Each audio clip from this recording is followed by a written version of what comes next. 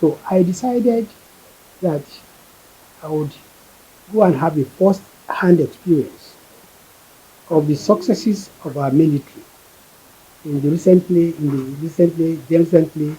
liberated territories. So I left Abuja with 40 international and local journalists.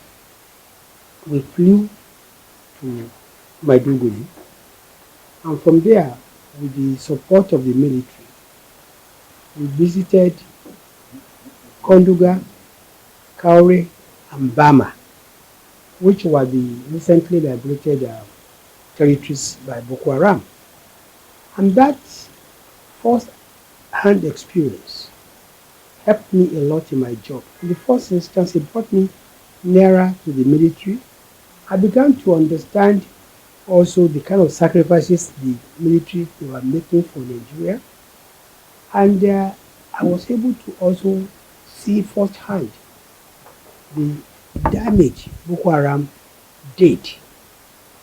For instance, when I entered Bama on the 5th of December 2015, for a moment I thought I was in Afghanistan because all the road signs were in Arabic. That was how effective Boko Haram was. They were deposing emirs, they were collecting taxes in many parts of the Northeast. And then, of course, it was my first introduction to the mystery of war, because the IDP camp in Bama was my first contact with IDPs. But the important was when I came back with the journalists, they were also able to report independently that the military had regained these territories. But trust Nigerians, they still thought we were packaging the story and that it is not as good as we said. And I remember a particular Southwest governor challenged me and said it was fake news and giving money to journalists. And my answer was that, listen, Your Excellency, I have been there. You go too. Come back and tell the world what you have seen. That was the end of the matter. From that same chapter, you mentioned how at the time minute of like I said, I wanted to go to the Boko Haram stronghold, and I informed my colleague, the Minister of Defense and the Minister of Interior, because it is their top. And so I went ahead and made the arrangements. And then a day to the trip, the Minister of Defense called me and said, I hope you've gotten permission from Mr. President. I said, no.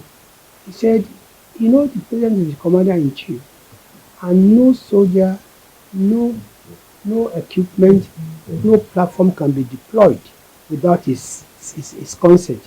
I said, yes, but you are the Minister for Defense. I said, but it's not my program, it's your program. So I panicked, and I ran to the then Chief of Staff, may God bless his soul. I said, the Minister of Defense is trying to sabotage my program. He says I need to get permission from him. He said, yes, it's correct. I said, but the Minister of Defense, he said, yes, it's correct, it's your program. But don't worry, I'll try and reach Mr. President before the end of the day. Come and see me after mosque. Fortunately, on my way, he now called and said, Mr. President has agreed that we can go, along with that trip. Yes, you do please, just lest I forget. I said there are three, issues that shows you how complex Nigerians, government Nigerians, can be. The second one, I think, is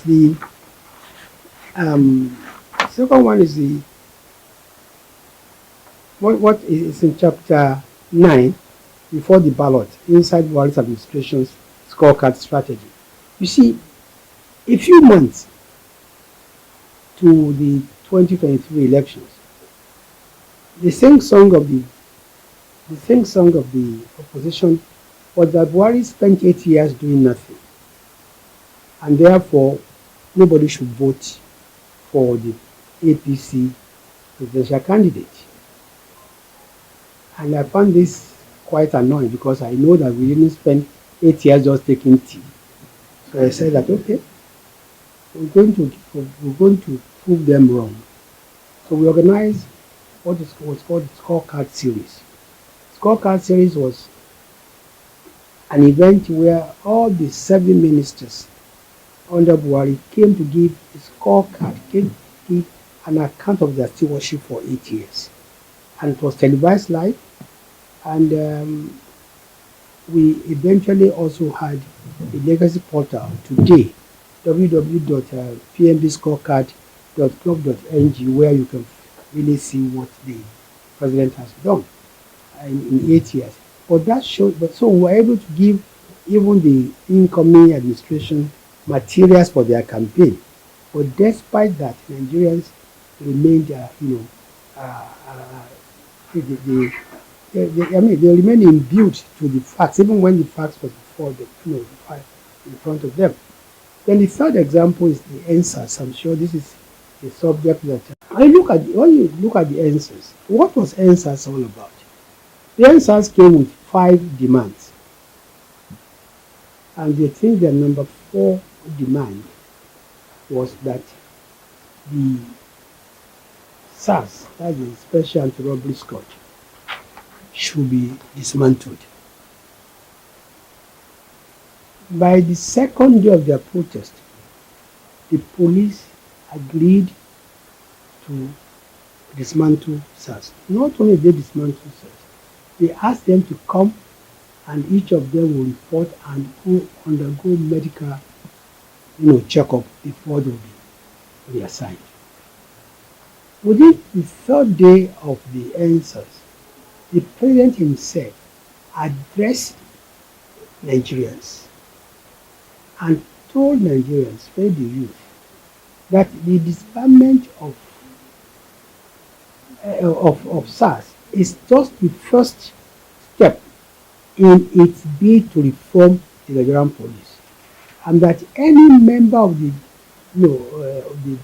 disbanded SARS that was found guilty would pay for it. That to me is transparency. That to me is accountability. Now, of the 5 demands that NSAS, the NSAS group asked for, all the 5 were accepted by the government, and the government even set up technical committees to address the issues. If I remember, at the Economic Council meeting, the state governors were mandated to set up relief funds for victims of NSAS. But the truth of the matter is that NSAS was hijacked by hoodlums a few days into the protest, and they now kept asking. From the 5 demands, it became 10. And at the point in time, they actually asked the president to resign. So that is so. If we talk about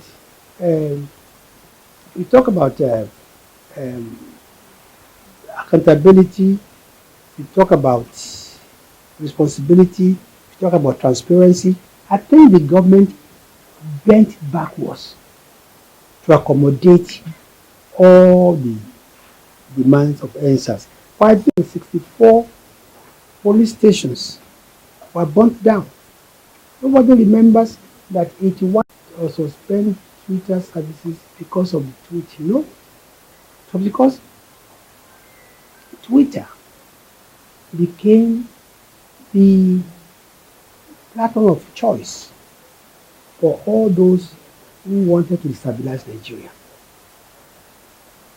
And we felt that it is because there's a country called Nigeria.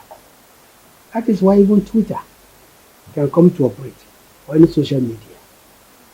So, yes, if you ask me again, if I would choose security of the nation over the inconvenience or the business, or the profit of any business. So, I don't think I regret suspending the service of Twitter under those circumstances.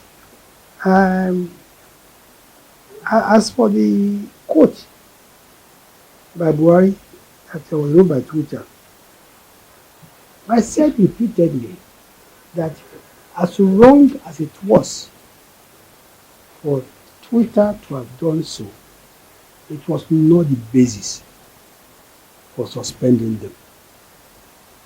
And if you go to my book in page 412,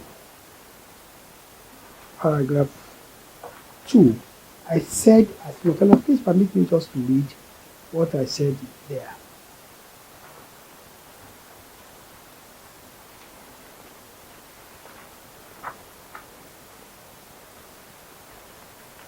I said, contrary to popular belief, Twitter's suspension did not come out of the blue.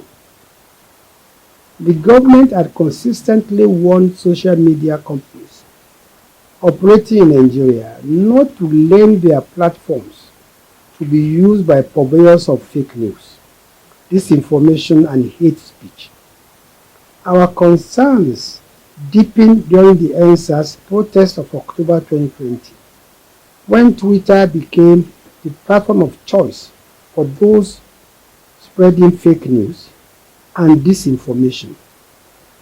Unverified images and videos were amplified, inflaming passions and transforming a peaceful protest into widespread violence. For the record, when I approached President Muhammadu Buhari to inform him of my intention to suspend Twitter, he asked me two direct questions. One, are you suspending Twitter because I deleted my post? I answered in the negative. Do you have the capacity to block the platform? I answered in the affirmative. The president then gave me his approval. You see, I'm glad that I have Madam Garba Shehu here, who is actually a witness to all of you. I wish to assure, as Garba Shehu, the jihad midget, I'm sorry, what he said, El-Rufai, and that Fulani lapdog, and additional, that any army they sent to Biafra land will die there. None will return alive. Which is more offensive? Nnamdi Kanu's tweet or Buhari's tweet? So you see, this is the whole reason why this book was written. A lot of things behind that happen behind the headline. You cannot remove the tweet of a president of the country for what he said, and then somebody who now says that if the Nigerian army goes to Biafra land, they will not come back alive. We leave it there. How Twitter works is that if a particular that it is the answers, two will be, it will be two, the answers and also the and Twitter ban. If you go to page 45 of the book, please allow me to read. You see why it is probably one of the most difficult period of my tenure.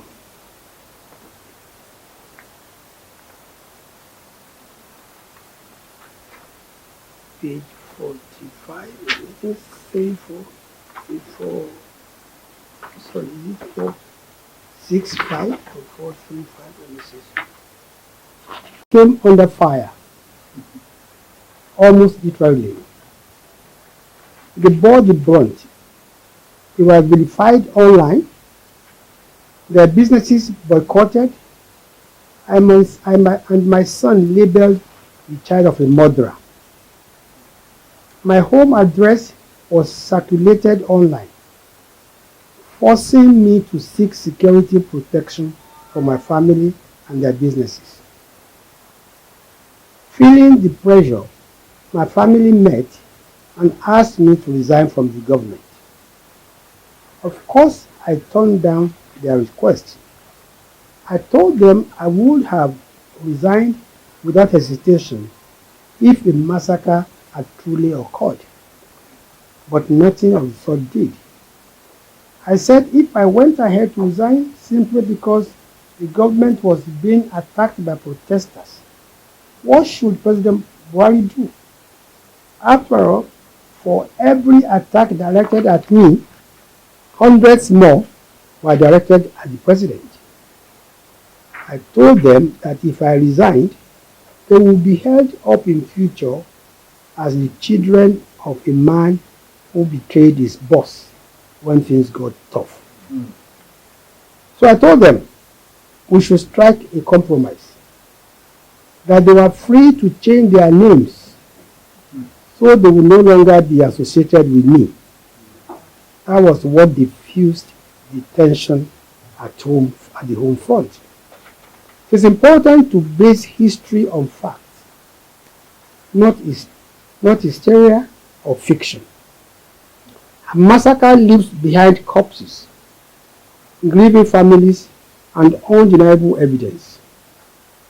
None of this exists in the case of the so-called Lekki massacre. What we witnessed was the triumph of disinformation over truth, of a concocted narrative over evidence. And as long as no family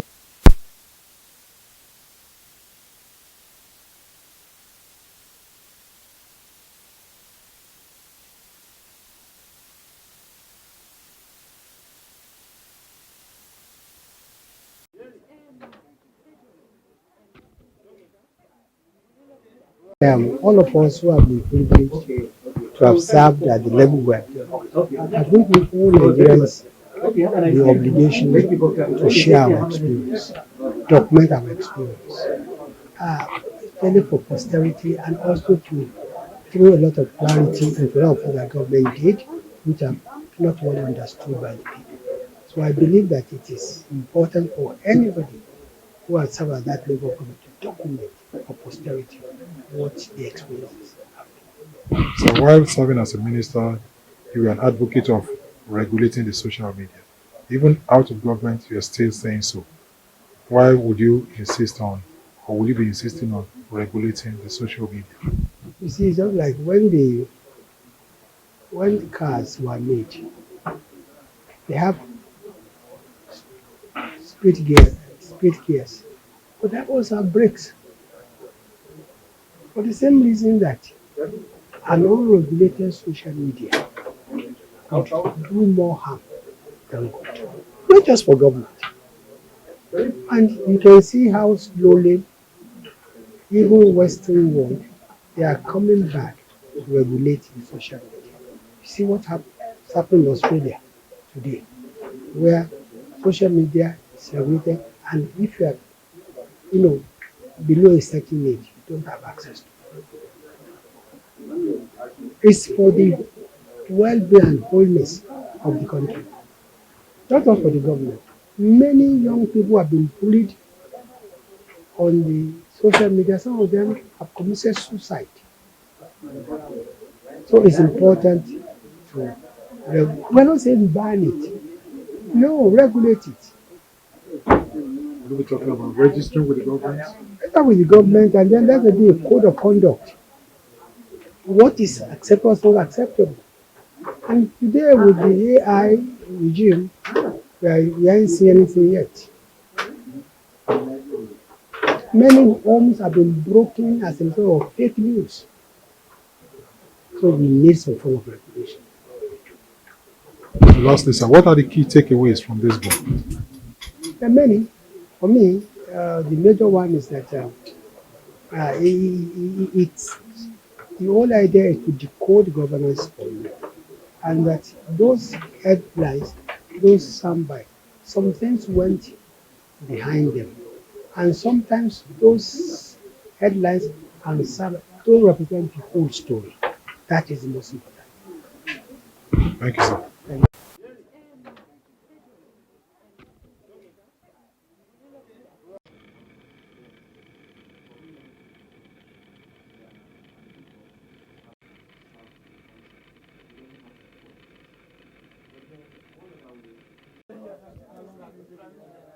So he told you what he wants, and it's like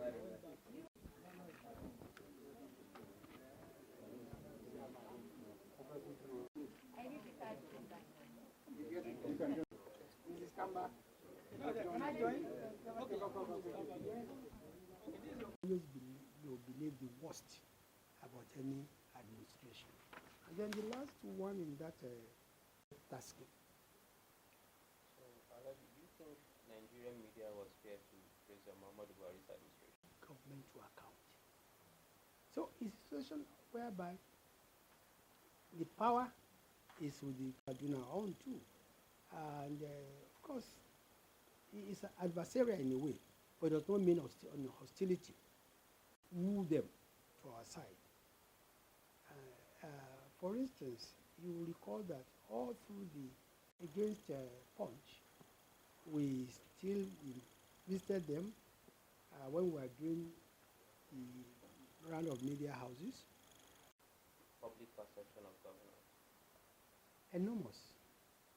The powers of headline or read thesis. The average Nigerian today doesn't want to read into how powerful headlines are. And it was these same headlines that made the NSAS